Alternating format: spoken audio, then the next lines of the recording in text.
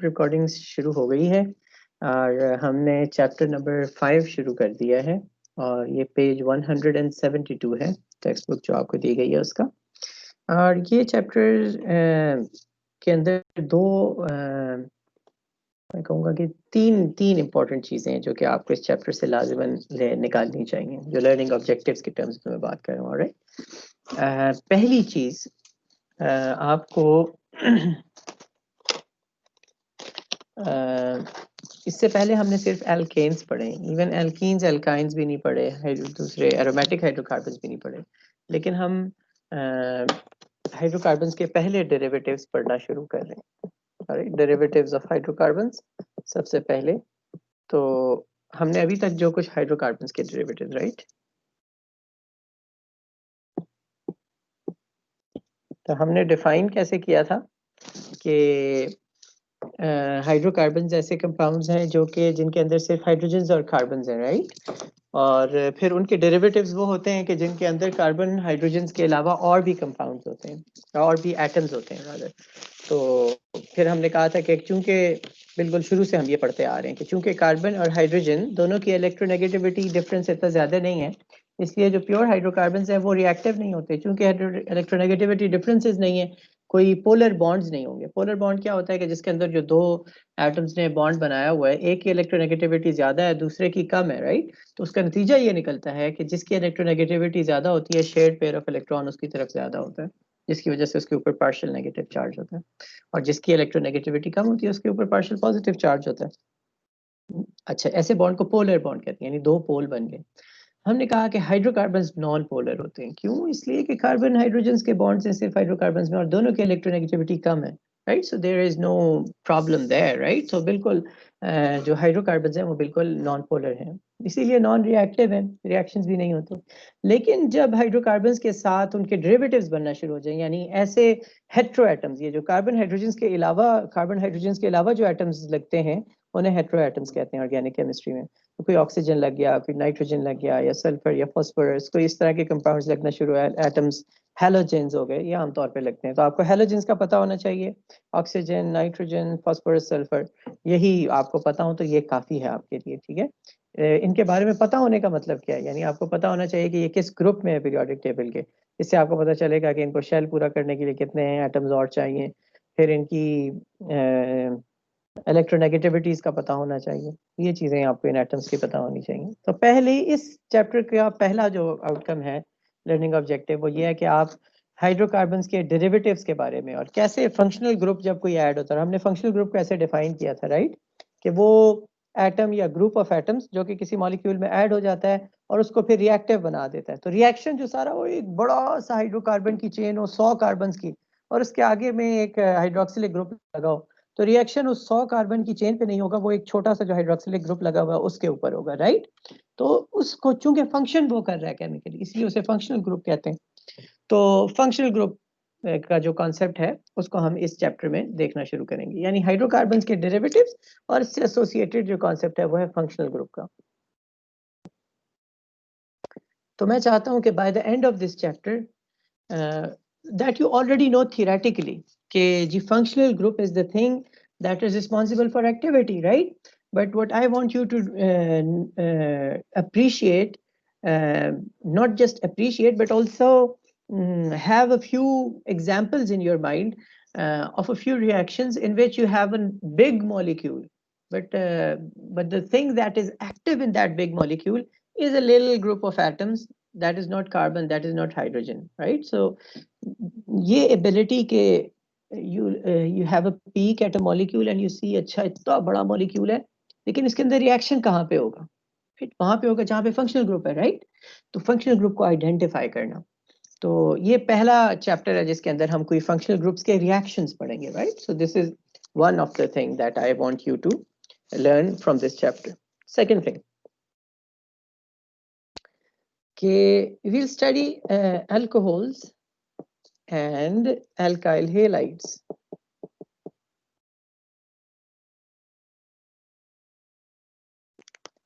इस चैप्टर में हम पढ़ेंगे अल्कोहल्स और अल्काइल हैलाइड्स, यानी कोई और क्लास नहीं बल्कि ये दो क्लासेस हम पढ़ रहे हैं ऑर्गेनिक कंपाउंड्स की। और इन दोनों क्लासेस की खास बात यह है कि ये दोनों जब आप ऑर्गेनिक सिंथेसिस कर रहे होते हैं, ऑर्गेनिक सिंथेसिस से मुराद क्या है, यानी एक क्लास ऑफ कंपाउंड है, उससे आप कोई और दूसरी क्लास में जंप कर रहे हैं, एक ऑर्गेनिक कंपाउंड से दूसरा ऑर्गेनिक कंपाउंड बना रहे हैं। तो ये जब सिंथेसिस कर रहे होते हैं, इसकी जब स्कीम्स डेवलप करते हैं, तो उनके अंदर इन दोनों क्लासेस की यानी अल्काइल हेलाइड्स की और अल्कोहल्स की सेंट्रल इंपॉर्टेंस है। यानी अल्काइल हेलाइड्स या अल्कोहल जो हैं वो जो है ना, अगर आप कोई भी कंपाउंड है और आपने उससे कोई और कंपाउंड बनाना है, तो all you have to think is कि ये जो रिएक्टेंट है, इससे मैंने उस प्रोडक्ट तक जाना है, क्या मैं कैसे इनसे कोई अल्कोहल या अल्काइल हेलाइड बना सकता हूँ। क्योंकि अल्कोहल और अल्काइल हेलाइड पे चले जाए ना, उधर से आप फिर कहीं भी जा सकते हैं, राइट। से आपके पास, आपको कोई कहता है कि आपके पास एक एल्केन है, एल्केन, और आपने बनाना है एक कार्बोक्सिलिक एसिड डेरिवेटिव, ठीक है। वो कहता है आपको हम एल्केन प्रोवाइड करेंगे और आपने बनाना है कार्बोक्सिलिक एसिड डेरिवेटिव। पहले तो ये बताइए कि कार्बोक्सिलिक एसिड डेरिवेटिव क्या है भला।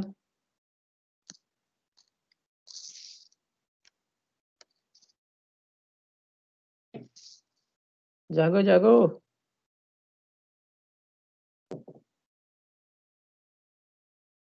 कोई है? सर जिसमें कार्बोक्सिलिक एसिड के साथ कुछ और लगा हो, शायद यूट्रोपिया। अच्छा, कार्बोक्सिलिक एसिड क्या होता है? तो जो उससे डिराइव हुए होते हैं कार्बोक्सिलिक एसिड से। ड्राइव को भी छोड़िए, कार्बोक्सिलिक एसिड बताइए। कार्बोक्सिल ग्रुप होता है जिसमें सी डबल, हाँ सी डबल, हाँ COOH ग्रुप जो होता है ना, सी डबल बॉन्ड O और फिर OH, तो ये कार्बोक्सिलिक एसिड्स होते हैं। इनके डेरिवेटिव्स जैसे एसिड अमाइड होते हैं, जिसके अंदर RCOOH का OH हटा दें और OH की जगह पे NH2 लगा दें, RCONH2। या एसिड हेलाइड्स होते हैं, RCO और फिर कोई हेलोजन लगाओ, Cl या इस तरह से। और फिर तो एनहाइड्राइड है, इसी तरह एस्टर्स हैं, ये सारे एसिड्स के डेरिवेटिव्स हैं। तो कोई आपको कहता है आपको हम एल्केन दे रहे हैं और आपने ऐसी स्कीम डिराइव करनी है कि जिससे कार्बोक्सिलिक एसिड डेरिवेटिव्स बना सके, तो all you have to think is, कोई भी क्लास आ जाए कार्बोक्सिलिक एसिड डेरिवेटिव बनाने के लिए, आप ये सोचेंगे कि मेरे पास जो क्लास है, इससे मैं अल्कोहल और अल्काइल हेलाइड कैसे बना सकता हूँ, ठीक है। तो अगर आप इससे अल्कोहल अल्काइल हेलाइड बना सकते हैं, तो फिर आप कहीं भी जा सकते हैं। तो बड़ी आसान सी एक स्कीम अब मेरे जहन में वैसी आ रही है कि आप एल्केन से अल्काइल हेलाइड पे जा सकते हैं इजीली, और फिर अल्काइल हेलाइड से आप एक अल्कोहल बना लेंगे, और अल्कोहल से फिर आप जा सकते हैं कार्बोक्सिलिक एसिड्स की तरफ, और फिर कार्बोक्सिलिक एसिड से आप कार्बोक्सिलिक एसिड डेरिवेटिव बना लेंगे, राइट। तो ये जो है ना दो क्लासेस जो आप पढ़ रहे हैं, अल्कोहल्स और अल्काइल हेलाइड्स, सिर्फ यही नहीं कि हम फंक्शनल ग्रुप्स और हाइड्रोकार्बन्स के डेरिवेटिव्स पढ़ना शुरू करें, बल्कि हम ऑर्गेनिक सिंथेसिस के अंदर जो दो क्लासेस ऑफ कंपाउंड्स जो बहुत ज़्यादा इंपॉर्टेंट हैं, जो कि सेंट्रल हैं, कि बस आपने इन तक पहुंचना होता है और इनसे फिर दूसरे आप बना सकते हैं, आप वो पढ़ रहे हैं, ठीक है। तो ये दूसरी चीज़ है जो मैं चाहता हूँ कि आप अप्रिशिएट करें, कि सिंथेटिक ऑर्गेनिक केमिस्ट्री में इस चैप्टर के बाद आप ये समझना शुरू कर दें आहिस्ता आहिस्ता। ये सारा इस चैप्टर में नहीं होगा, लेकिन कुछ ना कुछ बेसिस बन जाएंगे कि अल्कोहल्स और अल्काइल हेलाइड्स बन जाए, तो इससे आप फिर कुछ भी बना सकते हैं। तो जब भी अगर आपको कोई सिंथेसिस मैं देता हूँ एग्जाम में कि फलां से फलां चीज़ बना लें, तो आपने ये सोचना होगा इससे मैं अल्कोहल कैसे बना सकता हूँ, अल्काइल हेलाइड कैसे बना सकता हूँ। वो आपको आता होगा तो फिर आप ये दोनों एक दूसरे में कन्वर्ट हो जाते हैं, ठीक है। जैसे हमने अभी जो आपको मिसाल दी, उसमें एल्केन से आपने अगर कार्बोक्सिलिक एसिड डेरिवेटिव बनाना है, तब आप सोचेंगे अच्छा कार्बोक्सिलिक एसिड डेरिवेटिव किससे बनेगा, वो कार्बोक्सिलिक एसिड से बनेगा। जैसे कार्बोक्सिलिक एसिड कैसे बनेगा, वो अल्कोहल से बनेगा। अल्कोहल कैसे बनेगी, वो अल्काइल हेलाइड से बनेगी। अल्काइल हेलाइड कैसे बनेगा, वो एल्केन से बनेगी। इसे कहते हैं रेट्रोसिंथेसिस। यानी आपने सोचा कि ये स्टार्टिंग मटेरियल है और ये फिनिश्ड, आखिर में आपको चाहिए ये, तो आप बजाय शुरू करने के आप एंड पॉइंट से शुरू करें, ठीक है। आपने सोचा आपको चाहिए कार्बोक्सिलिक एसिड डेरिवेटिव, राइट। तो आपने कहा अच्छा मैं लेट्स डू इट। और ये एक स्कीम है, बहुत सी स्कीम हो सकती हैं। तो हमने कहा था कि कार्बोक्सिलिक एसिड होता है RCOOH, R से मुराद अल्काइल ग्रुप, राइट। और कार्बोक्सिलिक एसिड डेरिवेटिव से हम कोई भी उठा लेते हैं, एक है जैसे कार्बोक्सिलिक एसिड डेरिवेटिव्स में से एक है एसिड हेलाइड्स, ठीक है, ये इस तरह का RCOX, और X से मुराद कोई हैलोजन है यहाँ पे, यानी क्लोरीन हो सकता है, ब्रोमीन हो सकता है, इस तरह से, ठीक है, क्लोरीन या ब्रोमीन। तो ये एसिड हेलाइड है। अब एसिड हेलाइड कहाँ से बनेगा, अब आप वापस उल्टा चलना शुरू करेंगे, ठीक है। तो ये बना होगा, ये एसिड से बन सकता है, एसिड डेरिवेटिव है, राइट। तो ये बनेगा RCOOH से। तो आप ये बना लेंगे तो इससे आपका ये आ जाएगा।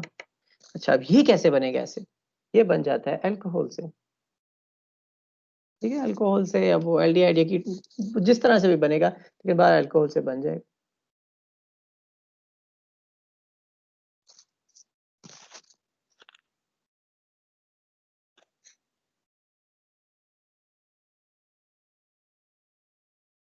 ठीक है, अल्कोहल कैसे बनेगी, अल्कोहल बन सकती है अल्काइल हेलाइड से, और अल्काइल हेलाइड कैसे बनेगा, एल्केन से।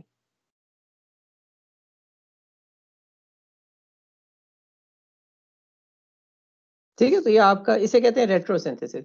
आप पीछे से चलना शुरू किया और आप आखिर तक पहुंच गए। और now you have to know इसके कौन कौन से रीजेंट्स यूज करेंगे। ये समझ में आ गई बात आपको? Yes sir. Yes sir. Alright, तो इसके साथ आप कपल कर लें उस चीज को जो हमने आखिरी क्लास में, जो 2 हफ्ते पहले पढ़ी थी, उसमें हमने ऑक्सीडेशन और रिडक्शंस को पढ़ा था। और हमने पढ़ा था कि एल्केन से कार्बोक्सिलिक एसिड्स की तरफ जाना ऑक्सीडेशन है, कार्बोक्सिलिक एसिड से वापस एल्केन्स की तरफ आना रिडक्शन है, राइट। ये एक दफा फिर वो लेक्चर सुन लीजिएगा, तो आपको रीजेंट्स के बारे में ही पता चल जाएगा, ठीक है। तो इट्स वेरी इजी। तो इस लेक्चर के, इस चैप्टर के बाद मैं आपको चाहता हूं कि आप 3 चीजें आपको समझ में आ जाए। पहली चीज कि you can give some examples, 2 examples of functional groups, that is hydrocarbon derivatives, जिनके अंदर फंक्शनल ग्रुप्स हैं, जो अल्काइल हेलाइड्स में हैलोजन है और अल्कोहल में OH हाइड्रोक्सिलिक ग्रुप है। कि कैसे फंक्शनल ग्रुप ऐड करने से एक मॉलिक्यूल की प्रॉपर्टीज बिल्कुल चेंज हो जाती हैं। एक नॉन रिएक्टिव मॉलिक्यूल एक रिएक्टिव मॉलिक्यूल में बदल जाता है।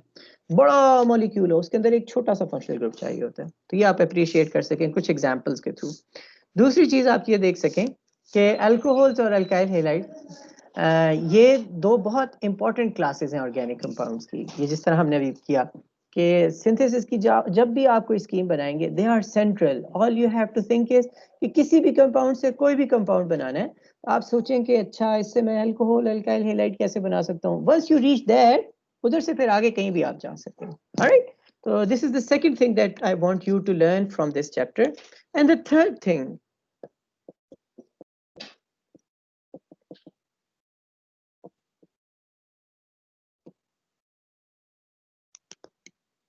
that is reaction mechanisms. Reaction mechanisms का introduction शुरू होगा। Mechanism क्या हो, mechanism से आपके जहन में क्या आता है, mechanism किसे कहते हैं, reaction का mechanism? रिएक्टेंट को प्रोडक्ट में चेंज करते हुए कौन सी चीज? ठीक है, कोई और? Series of steps that converts the reactant to the product. हाँ, वेरी नाइस। वो सीरीज ऑफ स्टेप्स जो कि इन्वॉल्व हैं। मरियम ने कहा कि जो चीजें बीच में बन रही हैं, बिल्कुल ये एक ही बात को दो तरह। तो और कोई?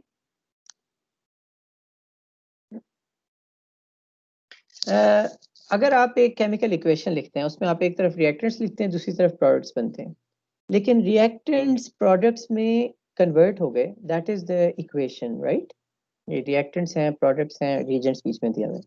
लेकिन रिएक्टेंट्स प्रोडक्ट्स में कैसे कन्वर्ट हुए, जो हाउ है ना, हाउ, व्हाट तो है ना प्रोडक्ट्स से, right. Reactants and products, this is how, this is what, और रिएजेंट्स का व्हाट, और रिएक्टेंट्स का व्हाट, एंड प्रोडक्ट्स का व्हाट।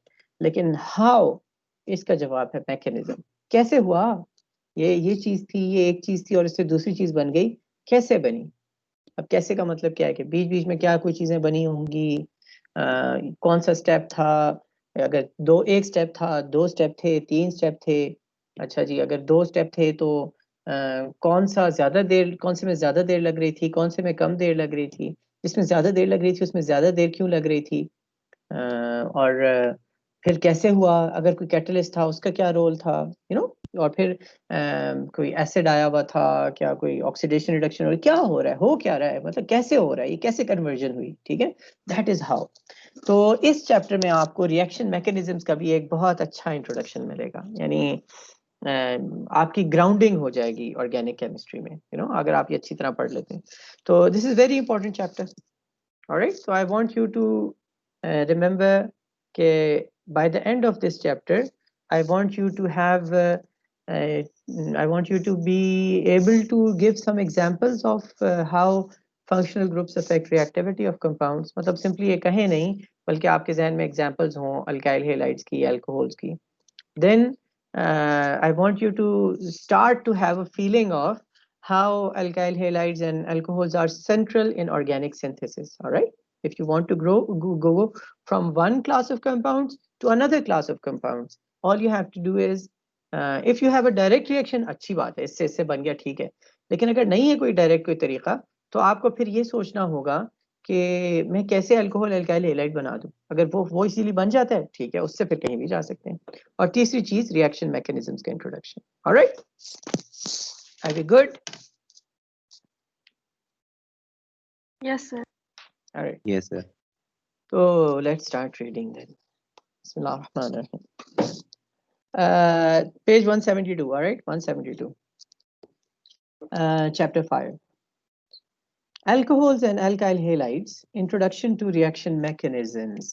ये इस चैप्टर का टाइटल है।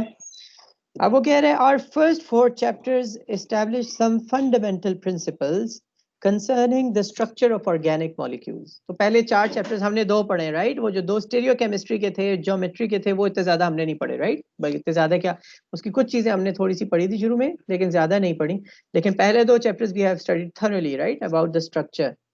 तो वो कह रहे हैं कि पहले जो 4 चैप्टर्स थे उसमें उसने स्ट्रक्चर ऑफ ऑर्गेनिक मॉलिक्यूल्स के बारे में पढ़ा, and introduce the connection between structure and reactivity with a review of acid base reactions in section 1.12 to 1.15 जो हमने पढ़ा था, राइट?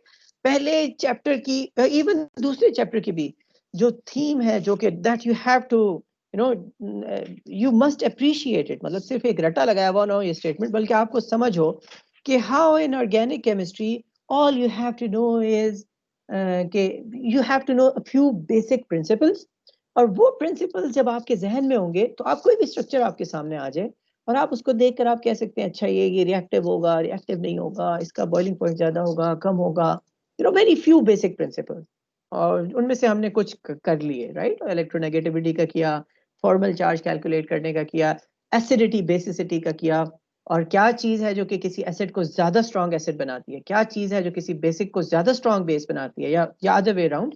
और फिर ये मतलब स्ट्रक्चर में क्या देखना है, और फिर इससे जुड़ा हुआ ये कि एसिड्स और बेसिस को हम डिफाइन किस किस तरह से करते हैं। हम प्रोटॉन को देख रहे हों तो वो ब्रॉन्स्टेड-लोरी कॉन्सेप्ट, और फिर उसके बाद इलेक्ट्रॉन पेयर्स के डोनेशन को देख रहे हो तो फिर लुईस एसिड बेस कॉन्सेप्ट। तो ये सारी बेसिक चीजें हैं जिनको देखकर we can think about how structure relates with the properties, right? All you have to do this, you have to know this, कि structure determines properties, and by having a look at the structure of the molecule you could start have a feel of what it could be, right?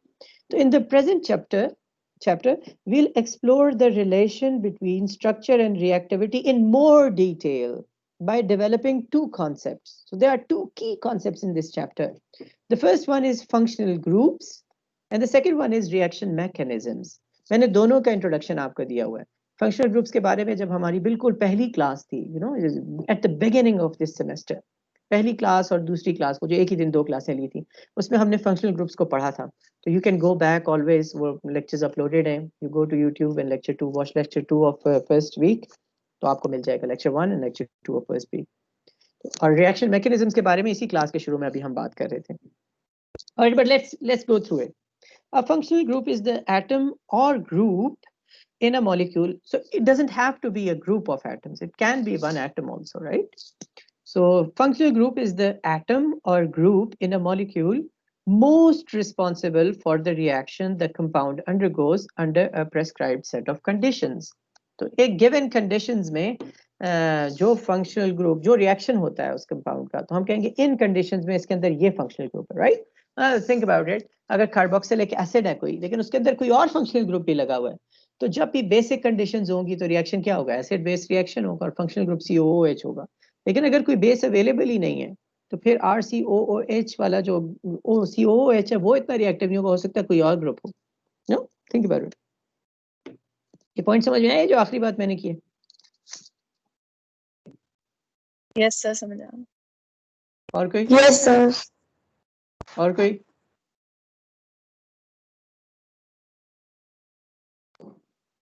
जरा ये अब्दुल रहमान खान, ये आखिरी point जो मैंने कहा है जरा इसे रिपीट कीजिए।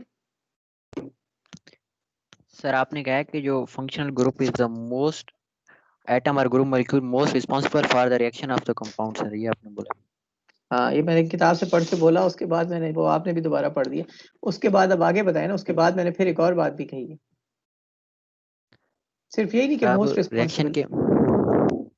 रिएक्शन के मैकेनिज्म के बारे में सर आप बता रहे हैं। नहीं नहीं, फंक्शनल ग्रुप के बारे में एक और बात, जुमले के आखिर में जो लिखा हुआ है वो पढ़ के बताएं Abdul Rahman. In the end of this sentence, the compound undergoes under a prescribed set of condition। हाँ, इसका क्या सर मतलब वो under a reaction- prescribed set? हाँ, वो उस कंडीशन के मुताबिक सर जो कंपाउंड जो ग्रुप ज्यादा रिएक्टिव उन खास कंडीशंस में होगा, रिएक्टिव होगा मतलब क्योंकि ये मुमकिन होगा। है ना, अभी हमने ये कहा कि फंक्शनल ग्रुप क्या है, हाइड्रोजन और कार्बन के अलावा कोई भी एटम या ग्रुप ऑफ एटम्स आया हुआ है, लेकिन हो सकता है एक सेट ऑफ कंडीशंस, अब एक मॉलिक्यूल है उसके अंदर एक से ज्यादा ये फंक्शनल ग्रुप्स लगे हुए हैं, लेकिन कंडीशंस उनमें Yes, से sir। या कुछ कंडीशंस में कुछ फंक्शनल ग्रुप एक्टिव होंगे यानी रिएक्टिव होंगे और कुछ में कुछ दूसरे रिएक्टिव होंगे, तो हम कहेंगे इस कंडीशन में इसका फंक्शनल ग्रुप ये वाला है, इस कंडीशन में ये वाला है। अब्दुल रहमान, अब आपको बात समझ में आई? यस यस समझ आ गई सर। I hope so. अच्छा, तो हाउ दिस, अच्छा अब ये मैकेनिज्म को फिर आगे डिफाइन कर रहे हैं, how the structure of the reactant is transformed to that of the product is what we mean by the reaction mechanism.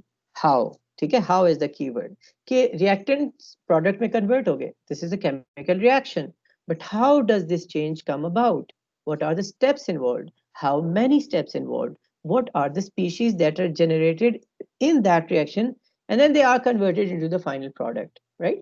What is the rate limiting step? What are the factors that affect the reaction, the rate of reaction, or even its incidence? मतलब ये सारी चीजें जो हैं, ये सारी चीजें mechanism में आती हैं। ऑफ कोर्स मैं एग्जाम में आपको ये नहीं कहूंगा define functional group, define mechanism, ये नहीं आएगा ये सवाल, ठीक है, तो ये रट्टा मारने की कोई जरूरत नहीं। Organic compounds are grouped into families according to the functional group they contain. तो अब अगली चीज ये बहुत अहम है, और you already know it from FSC, right? कि organic compounds को based on किस कौन सा functional group है उनको families में divide करते हैं। Alcohols हम उनको कहते हैं जिनके अंदर कौन सा functional group हो? OH OH, hydroxylic group हो। और alkyl halides किनको कहते हैं जिसके अंदर क्या हो? एक Halogen, ठीक है। So organic compounds are grouped into families according to the functional groups they contain. Two of the most important families are alcohols and alkyl halides. Why are they most important? Because both of which are versatile starting materials for preparing numerous other families and will appear in virtually all of the remaining chapters of this text. तो ये इतना important है कि आप किसी भी organic compound की class बना रहे हो, you can go through alcohols and alkyl halides, alright? तो this is an important thing, you have to know this, alright? ये बता रहा है कि अगर मैं आपसे पूछूं कि अल्कोहल्स और alkyl halides among the most important families of organic compounds क्यों हैं, तो आप इसका क्या आंसर करेंगे हुस्न अहमद? कि सर वो बहुत versatile starting materials है to make other numerous compounds. बिल्कुल, कि ऑर्गेनिक सिंथेसिस में उनकी एप्लीकेशन इतनी ज्यादा है। ऑर्गेनिक सिंथेसिस का मतलब ऑर्गेनिक कंपाउंड्स बनाना, मुख्तलिफ फैमिलीज बनाना, उसमें उनकी इतनी ज्यादा एप्लीकेशंस हैं कि उसकी वजह से ये वो हो सकते हैं, ठीक है। Alright, good. The major portion of the present chapter, sorry किसी का माइक ऑन है, अगर आप कुछ कह नहीं रहे तो माइक म्यूट कर लीजिए। The major portion of the present chapter concerns the conversion of alcohols to alkyl halides by reaction with hydrogen halides. तो इस अलबत्ता चैप्टर में हम ये इनके बारे में सभी कुछ नहीं पढ़ेंगे, सब कुछ ये हमें जानना होगा इनका ऑर्गेनिक सिंथेसिस में कैसे पढ़ना है, लेकिन ये जो चैप्टर है इसका फोकस प्राइमरीली ये वाला रिएक्शन है जो नीचे दिया हुआ है कि एक अल्कोहल है, उसका हाइड्रोजन हेलाइड से रिएक्शन होता है और उससे अल्काइल हेलाइड बन जाता है और वाटर बन जाता है। ठीक है, इस रिएक्शन का मैकेनिज्म हम देखेंगे और इससे कुछ जनरल चीजें डिराइव करेंगे। It is convenient in equations such as this to represent generic alcohols and alkyl halides as ROH and RX respectively, where R stands for an alkyl group. In addition to convenience, this notation lets us focus more clearly on the functional group transformation. भाई किसी का mic on है, please mute कर लें। आप में से किसी एक का माइक ऑन है, प्लीज म्यूट कर लें, बाकी लोग डिस्टर्ब हो रहे हैं। In addition to convenience, this notation lets us focus more clearly on the functional group transformation. The hydroxylic functional group of an alcohol is replaced by a halogen such as chlorine or bromine. जी बताइए ये R हम क्यों लिख देते हैं? इसका जवाब देंगे जी, मैं बताता हूँ कौन जवाब देगा इसका। मोहम्मद हसनैन रियाज। Yes sir. जी बताइए ये R हम क्यों लिख देते हैं? पूरा अल्काइल ग्रुप क्यों नहीं लिखते? सर वो शॉर्ट फॉर्म में उसको करने के लिए हम लिख देते हैं कि आसान हो जाता है, कन्वीनियंट हो जाता है। एक तो कन्वीनियंट हो जाता है और दूसरी वजह क्या है? बेशक टेक्स्ट बुक में मैंने पढ़ा के बताया, अब वही देख लें और देख के जवाब दें और सेंटेंस नहीं पढ़ देना। भाई मैंने कहा ये टेक्स्ट पढ़े नहीं आप, इससे जो समझ में आ रही है वो बताएं आप अपनी जबान में।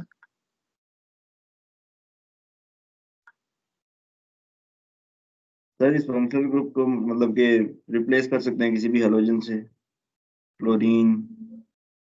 नहीं, मैं ये सवाल मेरा ये है कि ये आर को हम क्यों लिखते हैं? आर असल में क्या है? कोई अल्काइल ग्रुप है ना, यानी या मिथाइल होगा, इथाइल होगा, प्रोपाइल होगा, पेंटाइल होगा, ब्यूटाइल होगा, हेक्साइल कुछ होगा, इस तरह की चीज होगा।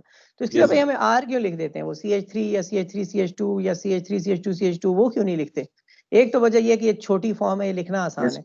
दूसरी एक और वजह उसने लिखी हुई है, वो क्या है? अच्छा ठीक है, आपका टाइम अब मुकम्मल हो गया। अब मैं दरख्वास्त करूंगा मुहिबुल्लाह से।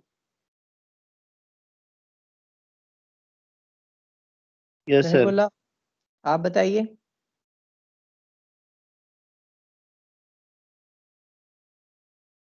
सर हम हेलोजन के साथ इसको कर सकते हैं।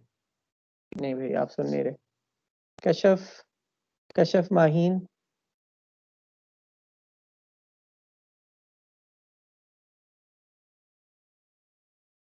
कशफ माहीन।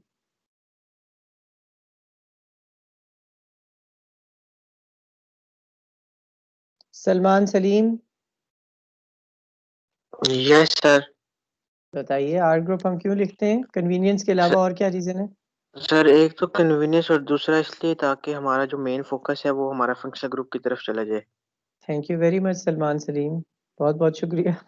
ये असल बात है, ठीक है, कि ऑर्गेनिक केमिस्ट्री में यही जो मैं कॉन्सेप्ट आपका काफ़ी अरसे से डेवलप करने की कोशिश कर रहा हूँ कि वो जो एक बड़ा सा स्ट्रक्चर है उस पर फोकस करने की बजाय आपने ऑर्गेनिक केमिस्ट्री पे फोकस करना है फंक्शनल ग्रुप के ऊपर। तो जब हम आर लिख देते हैं ना, वो अगर आर की जगह पे हम लिख रहे हो मिथाइल लिख रहे हो, इथाइल लिख रहे हो, प्रोपाइल लिख रहे हो, हेक्साइल लिख रहे हो, वो इतनी बड़ी सी वो चीज़ होगी, उसके ऊपर तवज्जो होगी हमारी सारी और फंक्शनल ग्रुप के ऊपर नहीं होगी। जब हम सिंपली आर लिख के रिप्रेजेंट कर देते हैं तो वो बात हो जाती है।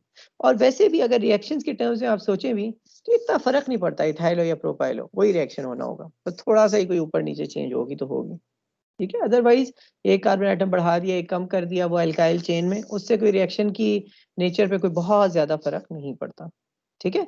तो इससे फायदा ये हुआ आर लिखने से कि हम फोकस कर सकते हैं on the functional group. While developing the connections between structure, reaction, and mechanism, we will also extend the fundamentals of IUPAC nomenclature to functional group families, beginning with alcohol and alkyl halides. Nomenclature के बारे में भी अभी हम शुरू में पहले कुछ थोड़ा सा पढ़ेंगे। Let's start reading. Section 5.1 functional groups. The families of hydrocarbons. Hydrocarbons की families क्या हैं? Alkanes जो हम पढ़ चुके हैं कुछ ना कुछ, alkenes जिनके अंदर डबल बॉन्ड होता है, alkynes जिनके अंदर ट्रिपल बॉन्ड होता है, और arenes जिनके अंदर बेंजीन रिंग होता है, राइट, एरोमेटिक। ये 4 हाइड्रोकार्बन्स की फैमिलीज हैं जिनके अंदर सिर्फ हाइड्रोजन्स और कार्बन्स होते हैं. They were introduced in section 2.1. The double bond is a functional group in an alkene. ठीक है, अब ये याद रहेंगे, alkene में double bond functional group है. The triple bond is a functional group in an alkyne, and the benzene ring itself is a functional group in an arene. जबकि alkanes are not considered to have a functional group. तो alkanes में कोई functional group नहीं है, इसलिए non-reactive है. Although as you'll see in later chapters, reactions that replace a hydrogen atom can take place. हो सकते हैं. In general though, hydrogen atoms of alkanes are relatively unreactive. Generally, आम conditions में alkanes unreactive होते हैं. And any other group attached to the hydrocarbon framework will be the functional group. तो इसीलिए important उस सारे अल्काइल ग्रुप की नहीं है. अब अल्काइल ग्रुप क्या है? अल्केन ही है ना, उसके अंदर से एक हाइड्रोजन निकाल दें अल्केन से तो अल्काइल बन जाता है. उस हाइड्रोजन को जो हटाएंगे अल्केन से, उसकी जगह पर कोई और एटम लगाएंगे या कोई ग्रुप ऑफ एटम्स लगाएंगे, वो फंक्शनल ग्रुप बन जाएगा.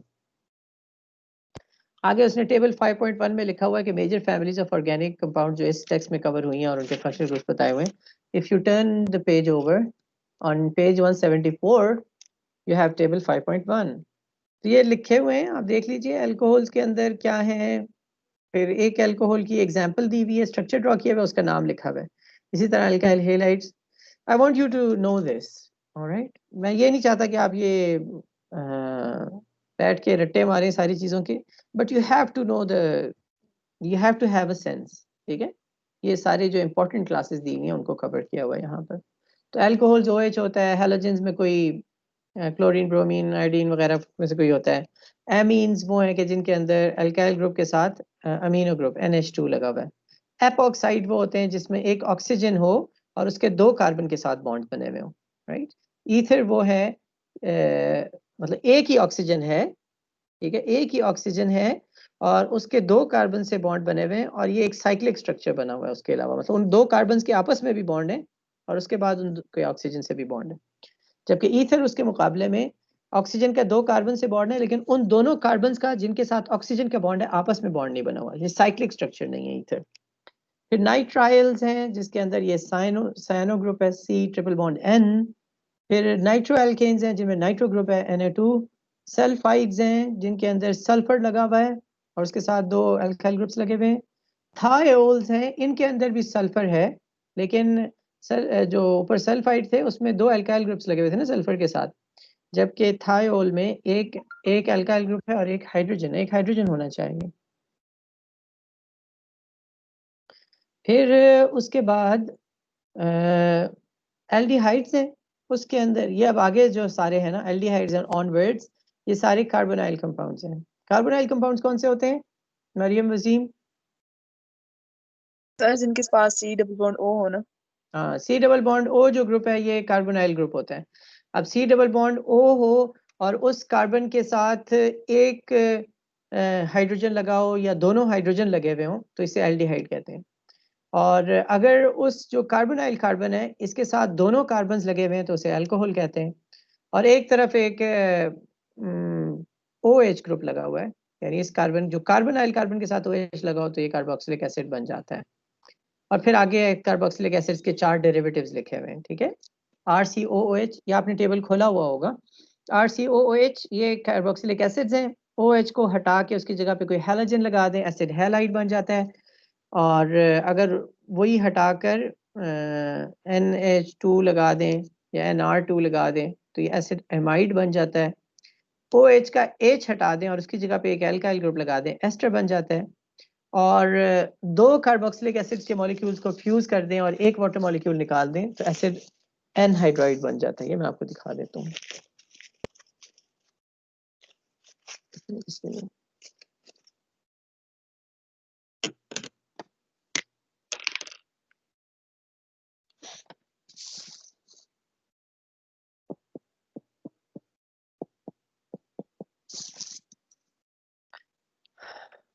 मुहिबुल्लाह, ये क्या किस किस्म की क्लास है कंपाउंड्स की?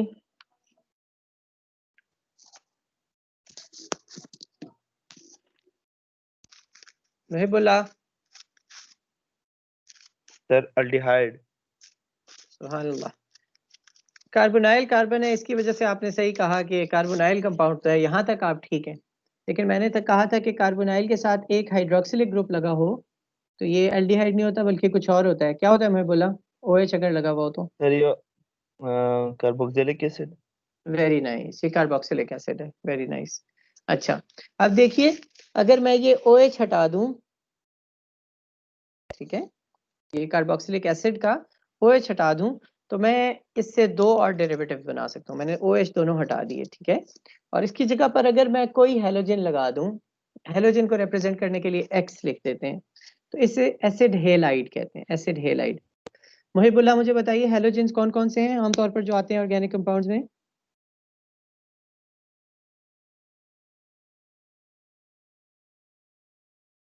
हेलोजन। जी जी, हेलोजन।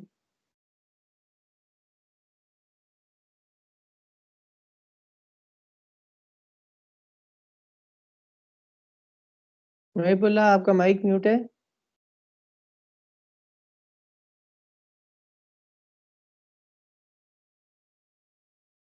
मुहिबुल्लाह माइक अनम्यूट करें पहले।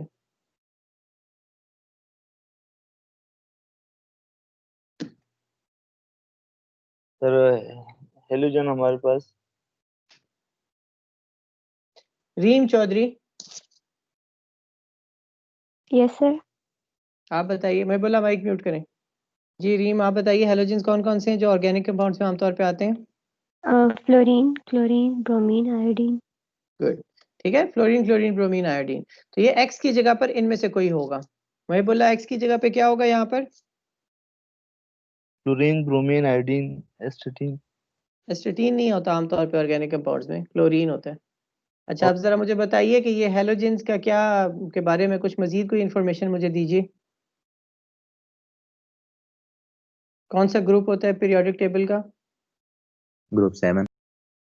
ये मुहिबुल्लाह से मैं पूछ रहा हूँ। मुहिबुल्लाह, ग्रुप 7 होता है सर। तो ग्रुप इसको 7 अपना ऑक्टेट पूरा करने के लिए कितने इलेक्ट्रॉन्स चाहिए होते हैं? 1। 1। और ये इनकी इलेक्ट्रोनेगेटिविटी के बारे में बताएं, ज़्यादा होती है कम होती है? सर फ्लोरीन की सबसे ज्यादा होती है।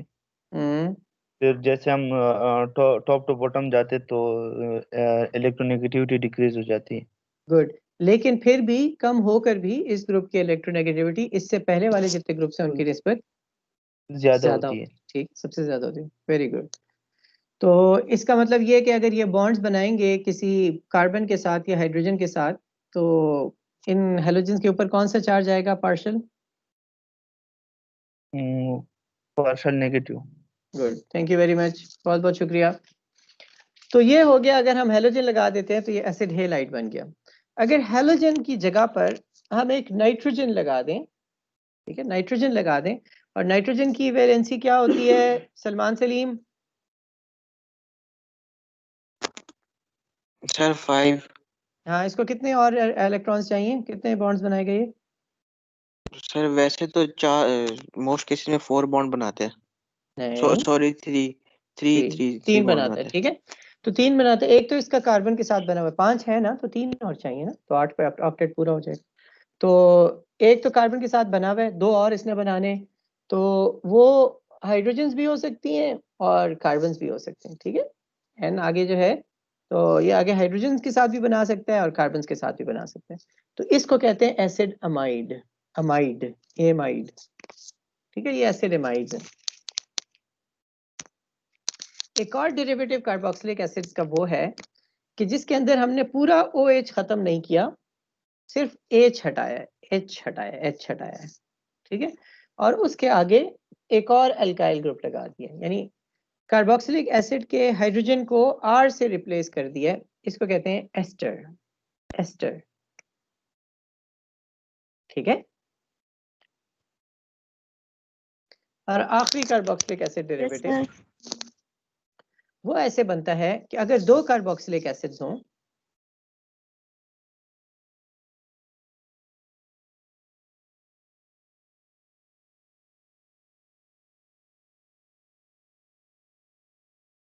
ये 2 मॉलिक्यूल्स मैंने लिखे हुए हैं, तो ये एक का OH खत्म हो जाए और एक का H खत्म हो जाए, समथिंग लाइक दिस,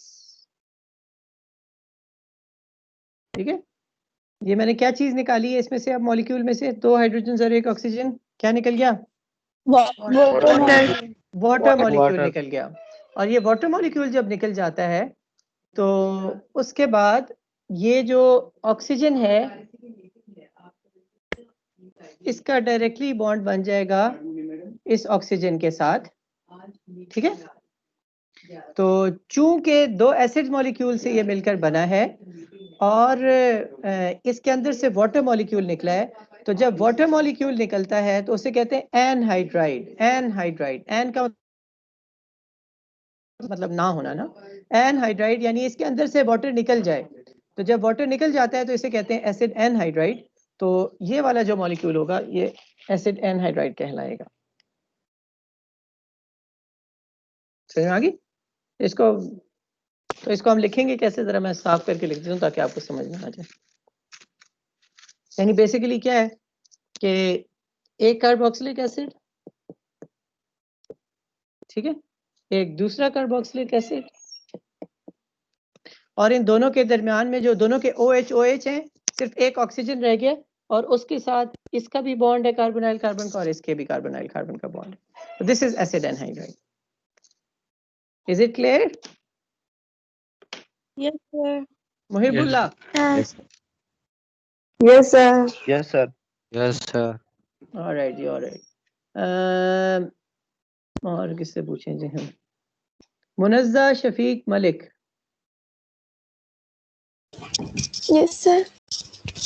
अगर मैं कार्बोक्सिलिक एसिड का OH ग्रुप हटा दूं और उसकी जगह पर मैं NH2 लगा दूं, अमीनो ग्रुप, तो इस कंपाउंड को क्या कहेंगे आप? कौन सी क्लास है? Sir, amide. हाँ, acid amide. Good, acid amide, very nice. और अगर मैं ये OH का सिर्फ एक हाइड्रोजन हटाऊं और एक एल्काइल ग्रुप हाइड्रोजन की जगह पे लगा दूं, वो क्या बनेगा?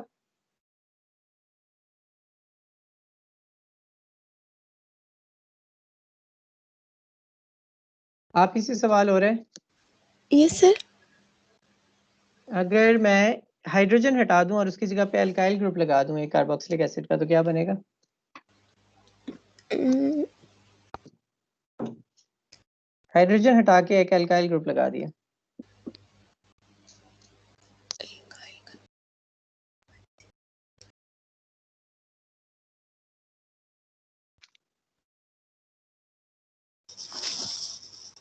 शाहजेब कियानी आप बताइए।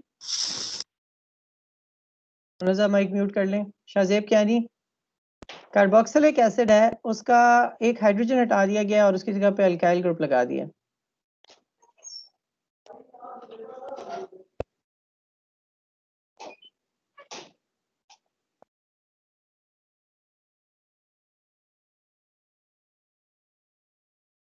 सर मैं शाहजेब, बताऊं? शाहजेब कियानी जी। उमैमा बताइए आप। सर ईथर बन जाएगा।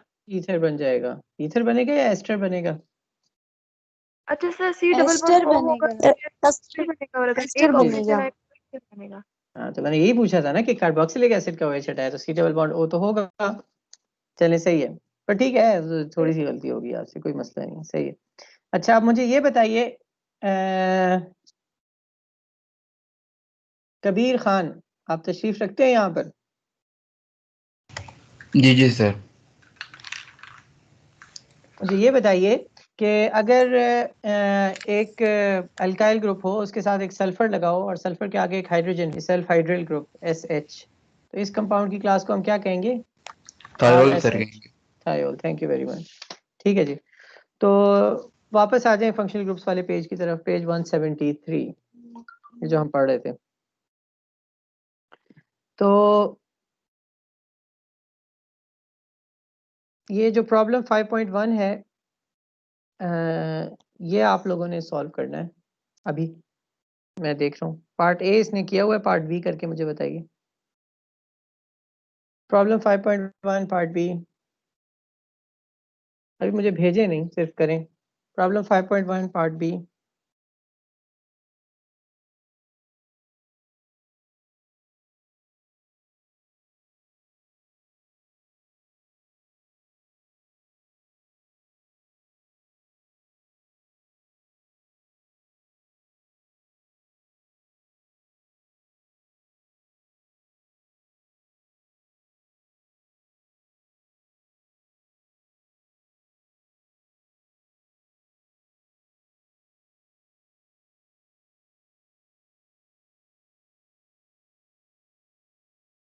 जी जवाब दीजिए।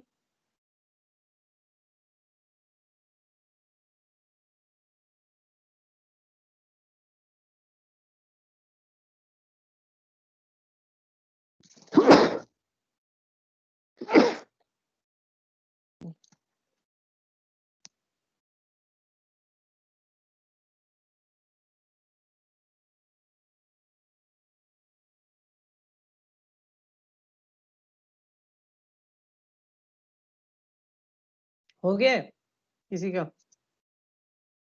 Yes sir. किसका हुआ है? Yes sir. सबसे पहले मेरा हो किसने जवाब दिया था? मेरा। मरियम बताइए।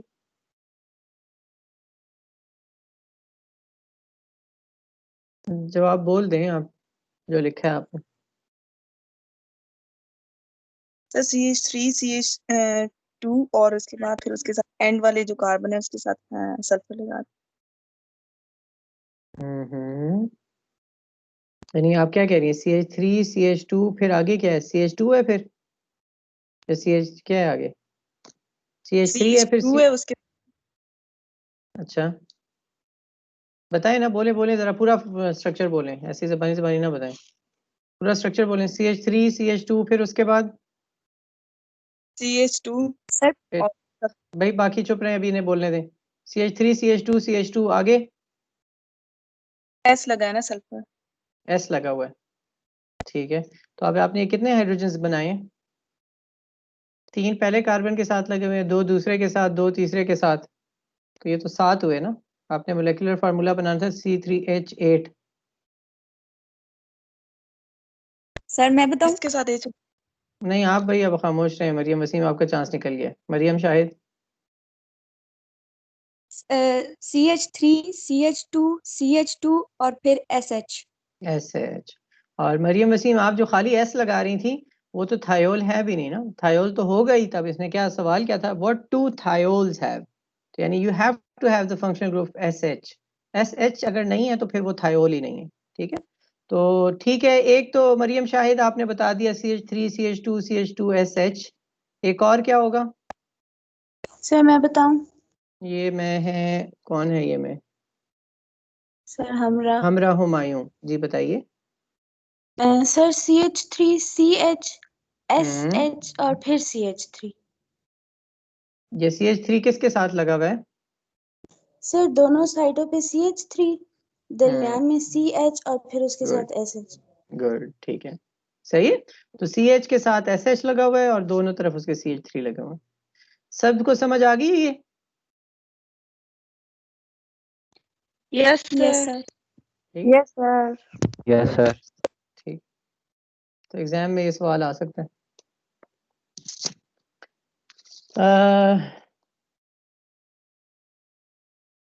अच्छा वो ये आगे दूसरा जो है वो भी आप कर लीजिएगा, प्रॉब्लम 5.2 इसी से रिलेटेड है। फिर उसके बाद नीचे लिखा हुआ प्रॉब्लम 5.2 के we have already touched on some of these functional group families in our discussions of acids and bases. कुछ हमने कवर किया था। We have seen that alcohols resemble water in pKa। Alcohols water के करीब करीब हैं। Water HOH होता है, राइट? अल्कोहल्स ROH होती हैं। And that carboxylic acids, although weak acids, are stronger acids than alcohols। और ये भी हमने पढ़ा था कि कार्बोक्सिलिक एसिड्स अल्कोहल्स की निस्बत ज्यादा स्ट्रॉन्ग एसिड होते हैं। वैसे वो भी वीक हैं लेकिन अल्कोहल्स की निस्बत ज्यादा स्ट्रॉन्ग होते हैं। उसकी क्या वजह पड़ी थी हमने? उमैमा। रेजोनेंस। उमैमा ये रेजोनेंस ना आप करें यस ना, सर। सही समझाएं मुझे जरा थोड़ा सा। सर क्वेश्चन रिपीट कर दें। अल्कोहल ज्यादा स्ट्रॉन्ग एसिड होते हैं कार्बोक्सिलिक एसिड्स? जी सर। अल्कोहल ज्यादा स्ट्रॉन्ग एसिड्स होती हैं या carboxylic acids? Sir carboxylic acids. क्यों? अल्कोहल से ज्यादा स्ट्रॉन्ग क्यों होते हैं? क्योंकि सर उसमें 2 ऑक्सीजन्स होते हैं ना। ये तो कोई वजह ना हुई। 2 ऑक्सीजन हो गए तो वो ज्यादा स्ट्रॉन्ग एसिड हो गए। कोई और वजह बताएं। मरियम वसीम आप थोड़ा सा एलैबोरेट करें, रेजोनेंस की इसी वजह से क्या होता है? सर जो अल्कोहल होता है उसके साथ अल्काइल ग्रुप लगा होता है ना R, ठीक है, और उसके कार्बोक्सिलिक एसिड की बात करते हैं तो उसमें कार्बन डबल बॉन्ड ऑक्सीजन और एक सिंगल बॉन्ड ऑक्सीजन के साथ वो रेजोनेट करता रहता है ना वो। कभी क्या उस रहता है? इलेक्ट्रॉन कार्बन और ऑक्सीजन बॉन्ड। कोई और बताए? उसने अहमद नंबर ऑफ बॉन्ड्स में डिफरेंस है। शीशान दोबारा बताइए क्या कह रहे हैं, नंबर ऑफ बॉन्ड्स में क्या डिफरेंस है? कार्बोक्सिलिक एसिड में ज्यादा है। इससे क्या फर्क पड़ गया? इससे एसिडिटी पे क्या फर्क पड़ा? उसने अहमद आप बताइए। Electron delocalize. हाँ ये इलेक्ट्रॉन, ये कौन अरहम बोले थे? एशम सर। एशम, हाँ बोलें, आप बोलें दोबारा। एशम क्या इलेक्ट्रॉन डीलोकलाइज कहाँ होता है? सर मतलब ये जितनी इलेक्ट्रॉन डीलोकलाइजेशन होगी उतना स्टेबल मॉलिक्यूल होगा और उसका कंट्रीब्यूटिंग स्ट्रक्चर होगा फिर उसका। गुड। ये किसकी इलेक्ट्रॉन डीलोकलाइजेशन कहाँ पे होती है? सर कॉन्जुगेट बेस होती है। कॉन्जुगेट बेस में। Thank you very much. ये अरहम, और दूसरा जवाब ये किसने दिया था? सर उसने अहमद। इन दोनों ने ये एशम जवाब हमें मिल गया। ये देखिए कार्बोक्सिलिक एसिड्स कौन से ज्यादा स्ट्रांग होते हैं, ये हमने बहुत तफसील से टॉपिक पढ़ा था। मैं आपको कहूँगा ये आपको लाजमन आना चाहिए। अगर नहीं आता तो आपको एग्जाम में सफ़र करेंगे। वो लेक्चर्स दोबारा जाके देखें, वो आप चैप्टर से पढ़ें। कोई कार्बोक्सिलिक एसिड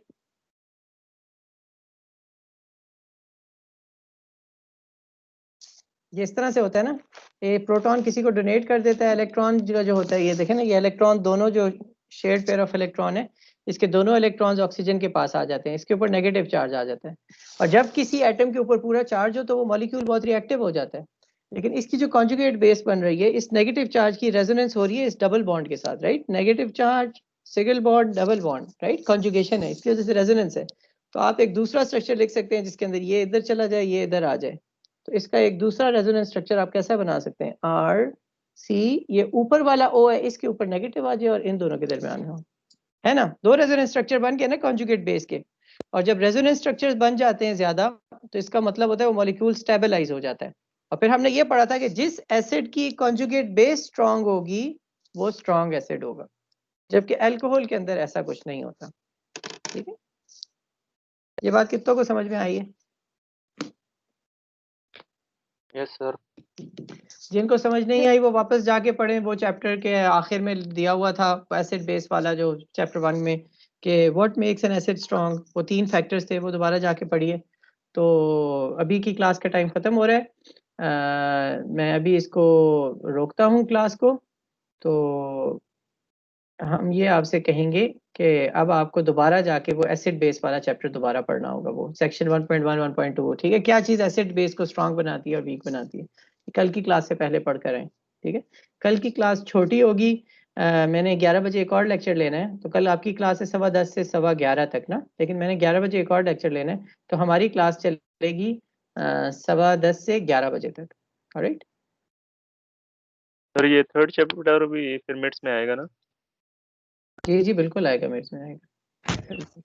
ठीक है, तो आपको ये भी साथ साथ पढ़ना होगा। अब जरा काइंडली, अब बाकी जो सब्जेक्ट्स है मैंने आप लोगों को काफ़ी वो वो रखा है, तो अब इसका मतलब ये है कि अब आप समझ जो रहे हैं ना, मैंने समझाया भी हुआ है आप लोगों को, लेक्चर्स भी पढ़े हुए हैं, टेक्स्ट बुक से जो लेक्चर्स रिकॉर्ड नहीं हुए वो सारा टेक्स्ट बुक पे पढ़ा हुआ है।